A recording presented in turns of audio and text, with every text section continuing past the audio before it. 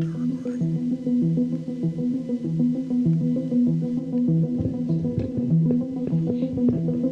to Sanity Check.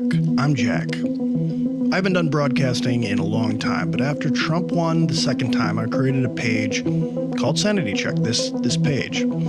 For reasons I'll explain in a minute if it isn't already obvious to you. And then I had a year's worth of technical difficulties. I don't want to talk about it.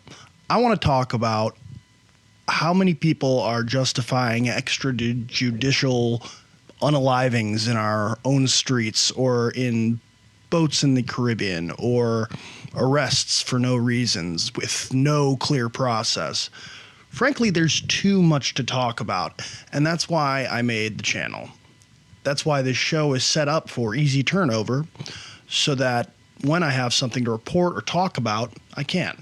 This channel is about something very simple, but which is constantly under attack, all too fleeting, or deprived from us altogether: the nature of reality.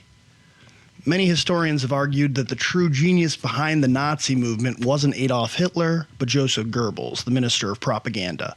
Whereas Hitler was a passionate orator, Goebbels knew how to utilize emerging media to shape the narrative to the public. Trump is not Hitler. He's a terrible orator, and his only fixed ideology is rooted in his own self-obsessed personality. While he does share that with a ton of totalitarian leaders, and it does give rise to some very gross white supremacy in him, he's more of an opportunist than an ideologue.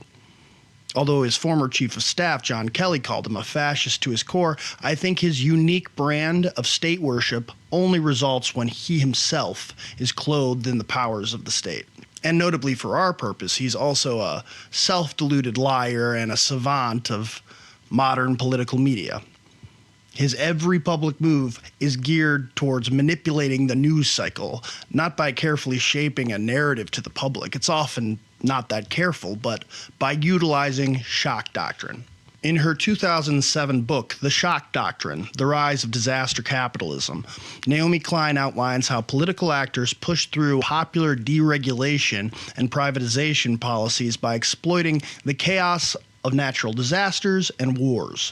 She described this as shock therapy, which economically benefits corporate interests at the expense of ordinary citizens who are too distracted and overwhelmed to resist effectively. This is Donald Trump's political wheelhouse, either consciously or unconsciously, and certainly also being used as a tool for more adept actors.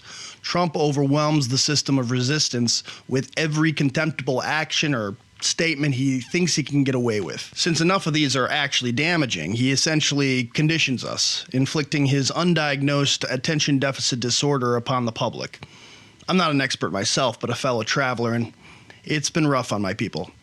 This way he can tightly control the narrative for his loyalists, roughly 30% of the country, and create a tone of Trump fatigue, helplessness, and nihilism for the rest of us. This is also how he's become the foremost political agent of our age. So in this show, we're going to weed through it all. The propaganda, the videos, the hot button issues, war, ideology, race, identity.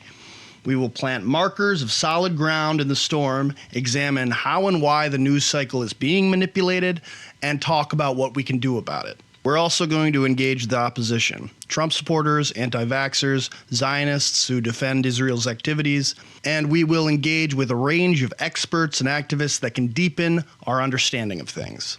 But for now, let's just start where we are and what we know, because it's genuinely disorienting. Some of this you'll know, some you won't. That's okay, bear with me. That's what this channel is about: getting the record straight.